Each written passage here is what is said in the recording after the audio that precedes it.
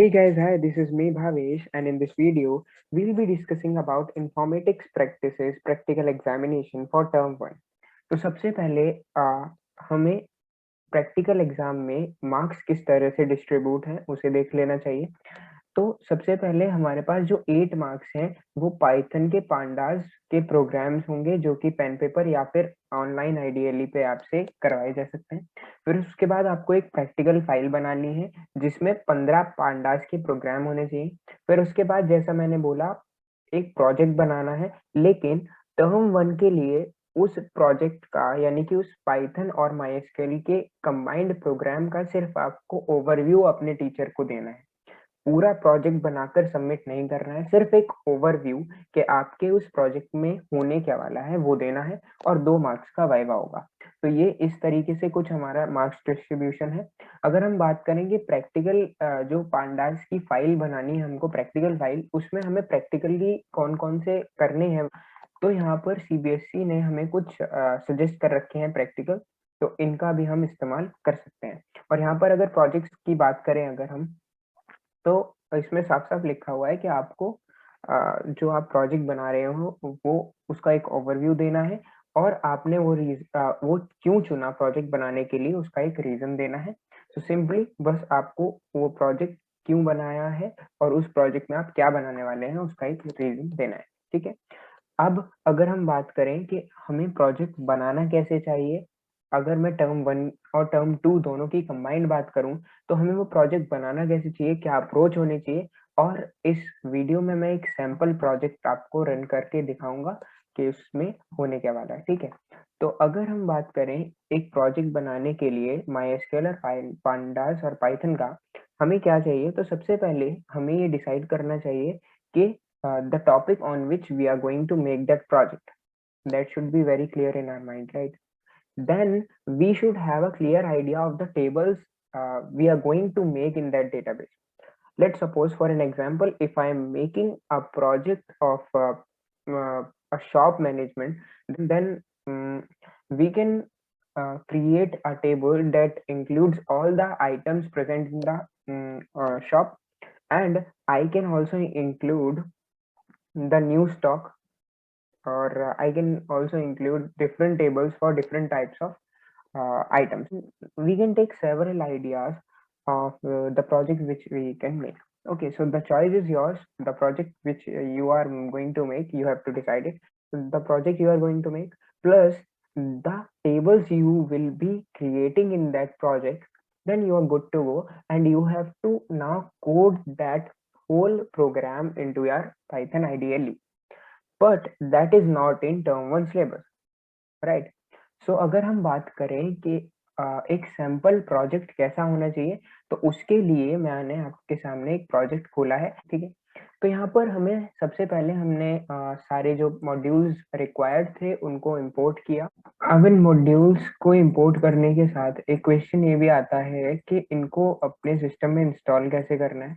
तो उसके लिए सिंपली आपको सीएमडी पे जाना है, कमांड प्रॉम्प्ट ओपन करना है, और उसके बाद जैसे कि पाइथन की डॉक्यूमेंटेशन खुद कहती है कि पिप के द्वारा हम जो पैकेजेस हैं उनको इंस्टॉल कैसे कर सकते हैं, तो उसके लिए कोड होता है Python -m pip install and then package name, ठीक है? तो सिंपली आपको यहाँ पर वही कोड लिखना है, पाई -m pip इंस्टॉल पांडास या फिर जो भी है, तो आप ऐसे लिखेंगे तो आपका जो पर्टिकुलर मॉड्यूल है वो इंस्टॉल हो जाएगा। ये एक क्वेश्चन था। और माइस्क्ल का जो कनेक्टर है उसको इंस्टॉल करने के लिए एक कोड है वो आपको लिखना पड़ेगा।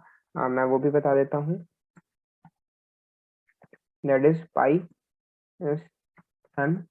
pip install mysql connector python। Okay, ये पर्टिकुलर कोड आपको लिखना पड़ेगा, तो माइस्क्ल कनेक्टर आपके पाइथन में इंस्टॉल हो जाएगा। मैंने पहले से कर रखा है इसलिए रिक्वायरमेंट ऑलरेडी सेटिस्फाइड लिख के आ रहा है, ठीक है?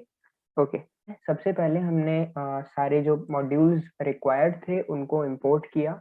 सबसे पहला जो सबसे इम्पोर्टेंट मॉड्यूल है माइस्क्ल कनेक्टर वाला, उसको मैंने इंपोर्ट किया एंड देन उसके बाद मैंने डेट टाइम इंपोर्ट किया for getting the date and the time of that particular day and then some miscellaneous modules which I have imported over here and then we are good to go.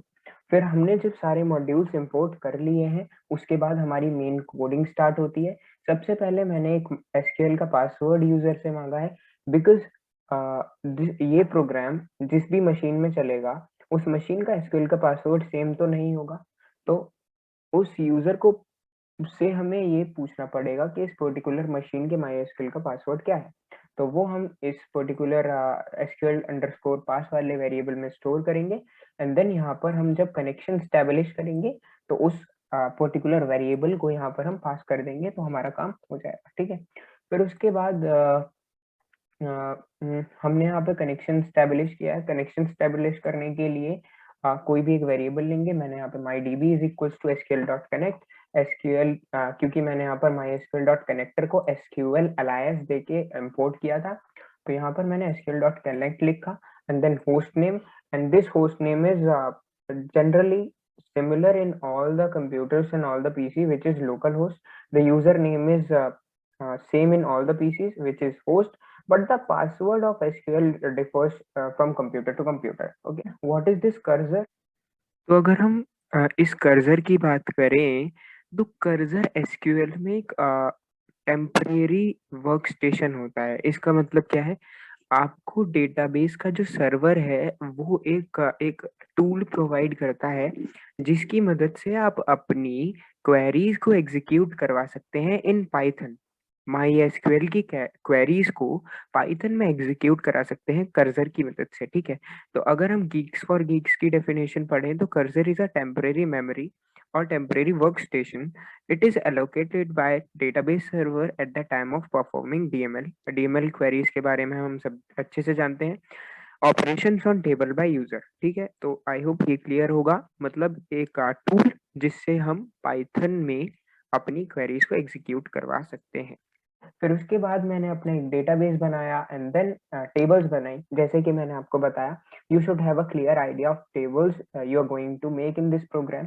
तो अगर मैं एक gym management का software बना रहा हूँ तो उसके लिए मेरे को पता है कि मेरे को 2 टेबल्स मिनिमम रखनी पड़ेंगी। एक जो यूजर्स हैं हमारे जिम में, जो ओल्ड यूजर्स हैं उनकी डिटेल्स के बारे में, और दूसरा जिम में जो आइटम्स होते हैं जैसे डम्बल्स और मैट्स होती हैं, बॉल्स होती हैं, तो वो सारी चीजें उनकी एक अलग से डिटेल होगी। ठीक है, उसके बाद मैंने यहाँ पे दोनों टेबल्स क्रिएट कर ली हैं। ये क्या है, ये कुछ फेक डेटा है क्योंकि हमारी टेबल शुरू में खाली ना रहे उसके लिए कुछ फेक डेटा यहाँ पर इनपुट किया गया है। एंड देन यहाँ पर हमारा जो मेन फंक्शन है उसको मैंने डिफाइन किया है और इस पूरे मेन फंक्शन में हमारा पूरा प्रोग्राम लिखा हुआ है। ठीक है, आपको इसको रन करा के दिखा देता हूँ। ओके, तो यहाँ पर मैंने इसको रन कराया। तो सबसे पहले रन होते ही इसने हमसे हमारा एसक्यूएल का पासवर्ड पूछा विच इज 1234 एंड देन यहाँ पर इसने एडमिन का पासवर्ड पूछा muscle bar. Muscle bar is the name of our gym. तो यहाँ पर मैंने एडमिन डाला जो कि मेरे पासवर्ड है। तो यहाँ पर लॉग इन लिख के आया and then logged in successfully एक मैसेज आया। उसके बाद डेट टाइम प्रिंट हुई उस पर्टिकुलर डे की and then welcome to the muscle bar, ये हमारे जिम का नाम है। यहाँ पे एक वेलकम मैसेज सिंपली प्रिंट किया एंड देन मैंने एक डैशबोर्ड प्रिंट किया कि यूजर आपको भैया इनमें से क्या करना है। तो अगर आप एग्जिस्टिंग यूजर्स को देखना चाहते हैं तो आप 1 प्रेस करें, रजिस्टर करना चाहते हैं न्यू यूजर तो 2 प्रेस करें, हेल्थ चेकिंग टूल्स जैसे कि बीएमआई हो गया या कैलोरी कैलकुलेट करने का हो गया तो उसके लिए 3 प्रेस करें, या फिर इस प्रोग्राम से बाहर निकलना चाहते हैं तो 4 प्रेस करें। मैं सिंपली आपको फर्स्ट करके दिखा देता हूँ। अगर मैं एग्जिस्टिंग यूजर का करता हूँ तो हमारे पास एक फिर से मेन्यू आती है कि एग्जिस्टिंग यूजर का क्या, एग्जिस्टिंग यूजर की डिटेल्स देखना चाहते हैं, अपडेट करना चाहते हैं उस डिटेल्स को, या फिर जिम में जो आइटम्स हैं उनको देखना चाहते हैं, या फिर जो जिम में है ऐड करना चाहते हैं आइटम को। हालांकि ये जो जिम वाला सेक्शन है this should be separate, but as I said this is a sample program, there should be some corrections in this, but for the sake of explaining, for the sake of a sample, this program is good. Okay, तो अगर मैं यहाँ से बोलूँ कि हमारे gym में क्या-क्या प्रोग्राम्स हैं, तो मैं क्या-क्या आइटम्स हैं सॉरी, तो मैं यहाँ पे 3 प्रेस करता हूँ, तो ये मेरे को मेरे जिम में जितने भी आइटम्स अवेलेबल हैं, वो मेरे को दिखा देगा। अ अ, प्रोडक्ट आईडी जिसकी 1001 है, एडजस्टेबल बेंच है जिसका प्राइस इतना है, जिसकी डेट ऑफ परचेज़ इतनी है और क्वांटिटी उसकी हमारे जिम में इतनी है, ठीक है? फिर उस प्रोग्राम को उस पर्टिकुलर फंक्शन के खत्म होने के बाद ये दोबारा से स्टार्ट हो गया, वो फिर से पूछने लगा। अगर सपोज़ मैं अपनी हेल्थ चेकिंग टूल्स के लिए हेल्थ चेक करना चाहता हूँ, तो मैंने यहाँ पे 3 प्रेस किया 3 एंटर किया, तो उसने बोला कि भैया here are some muscle bar exclusive tools, choose any one of them. तो यहाँ पर हमारे पास 2 टूल्स आते हैं, पहला है बॉडी मास इंडेक्स कैलकुलेटर, दूसरा है कैलोरी नीड कैलकुलेटर। अगर मैं अपनी बॉडी मास कैलकुलेट करना चाहता हूँ, तो उसने मुझसे पूछा एंटर हाइट इन मीटर्स, मैंने बोला 1.70 एंड देन और मैंने अपना वेट केजी में किया, व्हिच इज़ अराउंड 56। ओके, तो वहाँ पे उसने मेरे को बता दिया नॉर्मल, कि आप नॉर्मल है, थैंक यू। और फिर वो उस फंक्शन से एग्जिट होके मेन वाले फंक्शन को उसने दोबारा से रन कर दिया, ठीक है। और अगर मैं सिंपली 4 प्रेस करता हूँ, तो ये आराम से इस पूरे प्रोग्राम से बाहर निकल जाएगा, thank you for choosing the muscle bar, visit again, और फिर से ये पर्टिकुलर प्रोग्राम रन होता जाएगा, ठीक है। ये एक अनएंडिंग लूप है। तो यहाँ पर कुछ इस तरीके से प्रोग्राम चलेगा, और ये एक सैंपल प्रोग्राम था। Okay, so I hope I helped you in this video. So till then, happy coding.